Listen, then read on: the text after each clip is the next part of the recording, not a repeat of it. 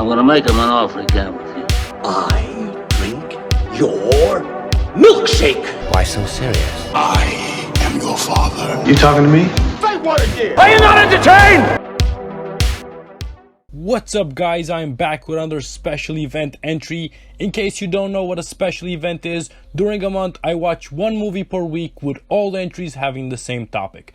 This month, because it is the birth month of my brother, he gets to pick the entries. I asked him to pick a movie that people love, but he doesn't, and he chose this one. It's actually my second watch of it. I first watched it at school with my class, and it was a whole lot of fun. By the by, I'm the movie guy, and this is my review for The Martian.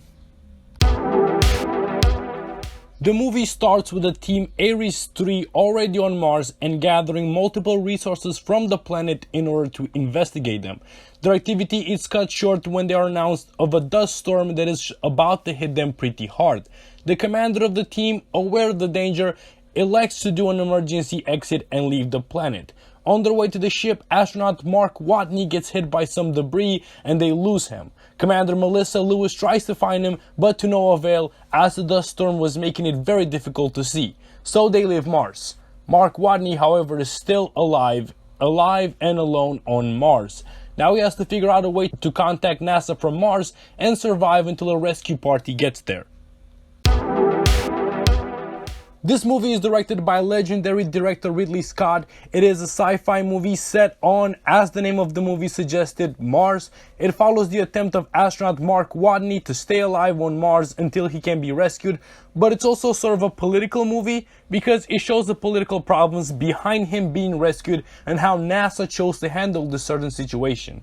This is an intelligent film. It also makes you feel intelligent while watching it. The terminology used is appropriate for the subject matter. There's space lingo, some chemistry, some botanics, generally just smart talk. The solutions that Mark Watney comes up with are smart, and while it does feel convenient that he always finds what he needs in order to stay alive, I appreciate the hustle of writer Drew Goddard and Andy Weir for finding solutions that could actually be applied by using wits.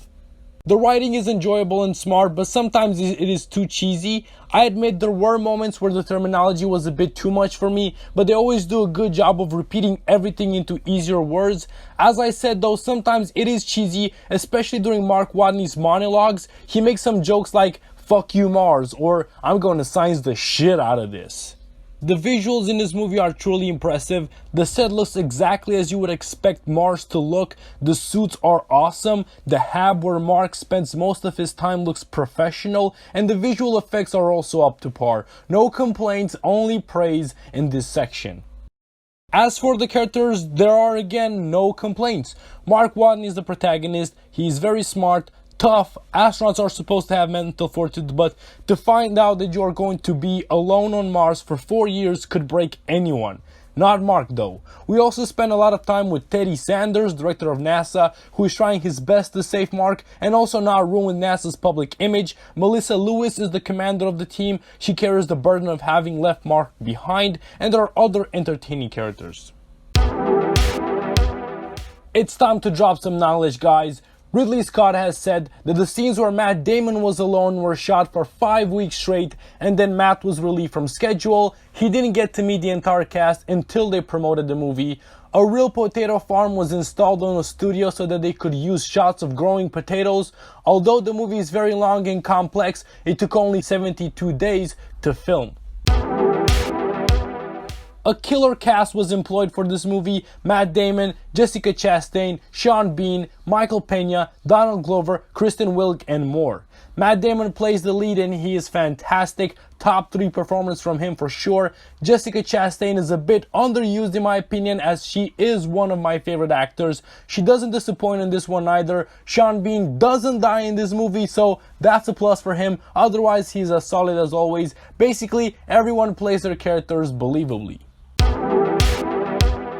My favorite scene from this movie is Mark Watney trying to store up his potato crops. He brings in dirt, natural fertilizer from the crew. He needs to make fire, so he scrapes off some wood from across and makes fire. He needs to make water, and he makes it with tools that he has at his disposal. It was very creative and witty, and I enjoyed the scene. This is my second watch of this movie and I liked it even more now. I watched it in just one sitting this time and it is an experience that should be watched in case you haven't. Ridley Scott came up with another classic. For my alternative pick, another movie about stranded people, this time on an island and not on space, is Cast Away, a movie where Tom Hanks plays the lead. The pros of this movie are that it has a great story that I was invested in, amazing performances, and the protagonist is lovable. And the only con that this movie has is some cheesy dialogue, so my rating for The Martian is 4.5 stars.